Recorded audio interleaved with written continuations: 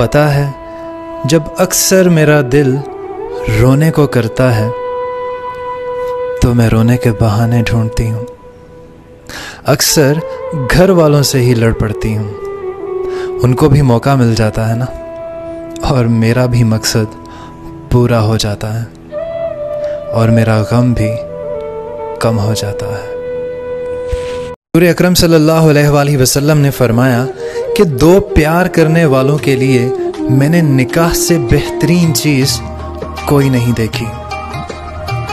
सुभान अल्लाह। मर्द की मोहब्बत हाथों में लगी मेहंदी की तरह होती है, जो शुरू में तो बहुत अच्छी लगती है मगर आहिस्ता आहिस्ता फीकी पड़ जाती है।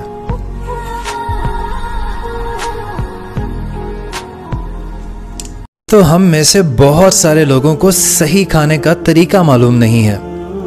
हमारे सामने जो ही खाना लाया जाता है हम उस पर हमला कर देते हैं, और शादी ब्याह में तो ये मनाज़िर आपको आम मिलेंगे। अभी कुछ ही दिनों पहले मेरी एक डॉक्टर से मुलाकात हुई तो उन्होंने मुझे रूल ऑफ 20 के बारे में बताया। जिन लोगों को डायबिटीज़ रहती है, गले में दर्द रहता है, जलन रहती है, एसिडिटी रहती है, कॉन्स्टिपेशन रहती है, थेमोराइड्स हैं, उनके लिए ये रूल बिल्कुल परफेक्ट है। होता क्या है कि इस रूल में आपने जो भी आप खाना खा रहे हैं, जब निवाला अपने मुंह में डालें तो उस निवाले को आपने 20 टाइम्स चबाना है। और दूसरा रूल, जो खाना आप खा रहे हैं उसको 20 मिनट तक खाना है। होता यह कि हम 5 मिनट में सेट हो जाते हैं। तो ये रूल आप ज़्यादा से ज़्यादा आगे भी शेयर कीजिए। जज़ाकल्लाह।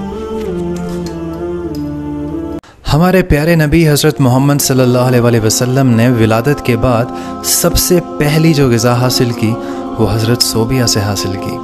उसके बाद आप अपनी वालिदा माजदा के पास आते हैं और उनसे ग़िज़ा हासिल करते हैं। उनके बाद आपको हज़रत हलीमा सादिया के सुपुर्द कर दिया जाता है, और शेर ख्वारी का सारा ज़माना हमारे प्यारे नबी हज़रत मोहम्मद सल्लल्लाहु अलैहि वसल्लम उनसे दूध पीकर गुजारा करते हैं। और हज़रत हलीमा सादिया के सुपुर्द करने की 2 बड़ी वजूहात जो मैंने पढ़ी, उनके मुताबिक अरब के कदीम रिवाज के मुताबिक आप बच्चों को देहात की खुली और साफ़ सुथरी फ़िज़ा में परवरिश पाने के लिए भेजा करते थे। और जो दूसरी बड़ी वजह थी कि आप अरबी सीख जाएं, वहाँ पर खालिस अरबी सिखाई जाती थी।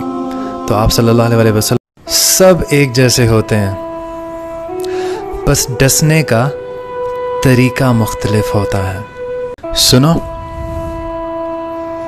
बस ताल्लुक़ का इंतकाल हुआ है,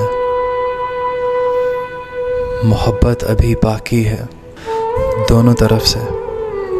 दोस्तों, ईद का दिन था। हमारे प्यारे नबी के घर में खाने को कुछ नहीं था। हज़रत आयशा ने फरमाया कि या रसूलल्लाह, आज ईद का दिन है और आपकी आदत है कि आप किसी भी साइल को खाली हाथ वापस नहीं जाने देते, और ईद के दिन तो ज़्यादा सवाल ही आएंगे। आप सल्लल्लाहु अलैहि वसल्लम हज़रत आयशा की परेशानी को समझ गए। आप उठे, आपने वज़ू फरमाया और मस्जिद की तरफ तशरीफ़ ले गए। कुछ ही देर बाद जब वापस आए तो आपने देखा कि हज़रत आयशा बिला झिझक अनाज तकसीम कर रही हैं। तो आपने पूछा कि ये अनाज कहाँ से आया है और क्या बाकी अज़वाज मुतहरात का हिस्सा निकाला गया है।